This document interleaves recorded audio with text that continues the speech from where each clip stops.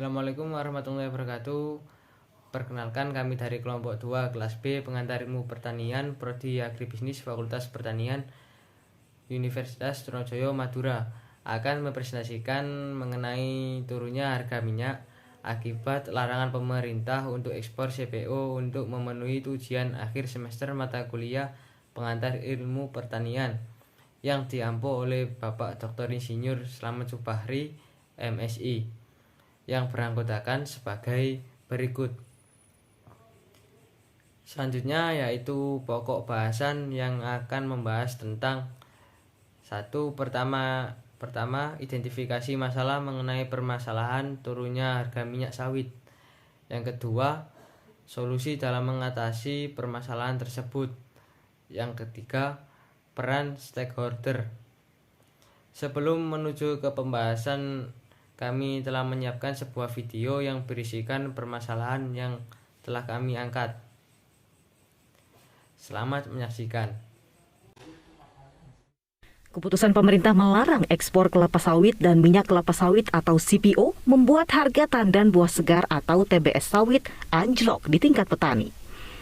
Ketua Harian Asosiasi Petani Sawit Masa Depanku, Ferry Haryanja, mengatakan turunnya harga TBS terjadi sejak Presiden Joko Widodo mengumumkan larangan ekspor. Saat ini rata-rata harga TBS mencapai Rp400 hingga Rp1.000 per kilogram, atau turun Rp1.000 hingga Rp1.500 per kilogram. Padahal sebelum ada larangan, harga TBS mencapai Rp3.700 hingga Rp3.800 per kilogram. Ferry menyesalkan larangan ekspor sawit karena membuat petani tertekan, mengingat biaya produksi meningkat akibat mahalnya harga pupuk dan biaya angkut yang naik. Meski memahami alasan larangan ekspor, namun Ferry menilai larangan ekspor tidak tepat karena kelangkaan minyak goreng akibat buruknya tata kelola sawit dan struktur pasar yang cenderung oligopoli. Selain itu, imbas larangan ekspor sangat dirasakan langsung petani. Ferry berharap larangan ekspor tidak berlangsung lama. Otomatis mengalami kerugian ya, petani akan mengalami kerugian besar gitu. Dan lagi memang sekarang ini mau lebaran ya Mbak Mercy, bahwa petani sawit itu kan butuh biaya gitu. Dikala mau panen tiba-tiba ada masalah di pabrik sawitnya gitu, ngantri panjang akibat dari kan mereka mau liburan ini, lebaran biasanya 2 atau 3 hari, jadi jadwal panen itu dipercepat gitu, dipercepat sehingga biasanya buah itu ngantri di pabrik sawit gitu, dan apalagi harga ini turun gitu, mereka bingung dan antrian itu tambah kalut dan bertahun panjang. Jadi di bawah itu sudah sangat ricuh sangat bingung lah petani itu bagaimana mau mengadu kemana gini, keadaan ini sudah sangat sulit gitu. Menteri Investasi, Kepala Badan Koordinasi Penanaman Modal, Bahlil Lahadalia, mengatakan larangan CPO harus dilakukan karena banyak pengusaha tidak taat menjaga harga minyak goreng domestik sesuai dengan harga eceran tertinggi. Menurut Bahlil, persoalan minyak goreng salah satunya akibat keterbatasan bahan baku dan ada beberapa perusahaan yang mengekspor CPO melebihi jatah yang seharusnya. Dari video tersebut dapat diidentifikasikan permasalahannya, yaitu 1. Mengurangi pemasukan produk kelapa sawit di pabrik yang dilaksanakan per hari. 2. Tidak ada penanganan yang khusus saat memanen kelapa sawit sehingga mengakibatkan pembusukan terhadap kelapa sawit. 3. Tidak mengikuti tren pasar internasional dikarenakan pemerintah lebih fokus terhadap harga minyak goreng diakibatkan harga CPO yang melambung tinggi di internasional. Solusi untuk mengatasi permasalahan tersebut adalah 1. Membebaskan pungutan. Tarif pungutan tersebut dikenakan kepada pelaku usaha perkebunan sawit yang melakukan ekspor, pelaku usaha industri berbahan baku hasil perkebunan sawit, serta eksportir atas komoditas perkebunan sawit atau produk turunannya. 2. Melaksanakan hilirisasi. Melakukan hilirisasi diharapkan Indonesia tidak lagi bertumpu pada penjualan minyak sawit mentah atau CPO, namun mampu mengolahnya ke dalam subproduk lain yang memiliki nilai ekonomi yang lebih menguntungkan. Solusi yang ketiga yaitu memunculkan ide untuk penanganan kelapa sawit yang lebih lanjut.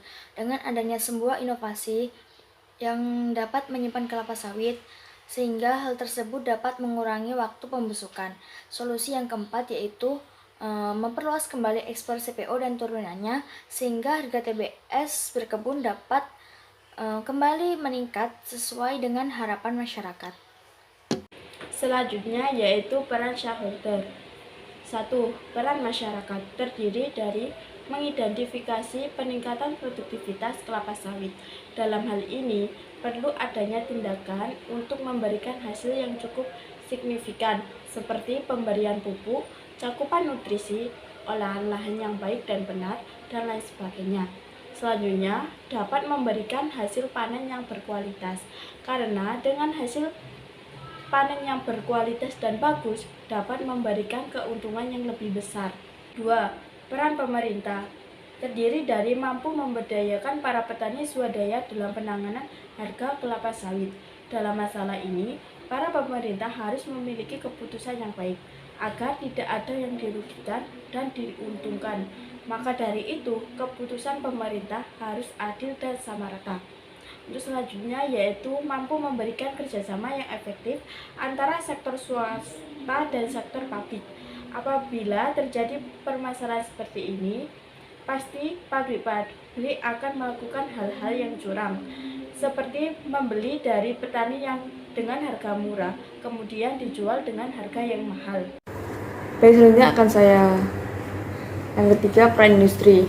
1. Pertama, melakukan upgrading dalam industri minyak kelapa sawit dapat menaikkan level terhadap hasil olahan teknologi yang dipakai. Strategi dalam pemasaran tersebut diantaranya 1. Memberikan pasokan untuk hasil. Yang kedua, mampu memenuhi kebutuhan nasional sesuai dengan presentasi pemilikan luas lahan. Untuk peran perguruan tinggi, yang pertama mengembangkan itu dalam memberikan kontribusi melalui pengembangan riset, sehingga bisa membantu para petani maupun pabrik industri dalam olahan kelapa sawit, baik menjadi minyak maupun campuran biodiesel. Yang pertama, menciptakan generasi bangsa yang kreatif. Baik, selanjutnya akan dibawakan oleh teman saya. Baik, saya akan menjelaskan peran stakeholder selanjutnya berupa peran lembaga. Peran lembaga dalam permasalahan ini yaitu yang pertama, mampu berkontribusi dalam penyaluran bahan baku antara pihak petani sampai dengan pihak industri. Hal tersebut bertujuan untuk mengefisienkan biaya transportasi, waktu, dan lain sebagainya, sehingga dengan hal tersebut bisa mengurangi persentase penurunan kelapa sawit yang anjlok. Terus yang kedua, melakukan sosialisasi. Hal tersebut bertujuan untuk memberikan pengetahuan kepada pihak tani untuk bisa menghasilkan hasil panen yang baik, bagus, dan melimpah. Terus yang ketiga, memberikan dana. Dana tersebut sesuai dengan kebutuhan dari pihak petani.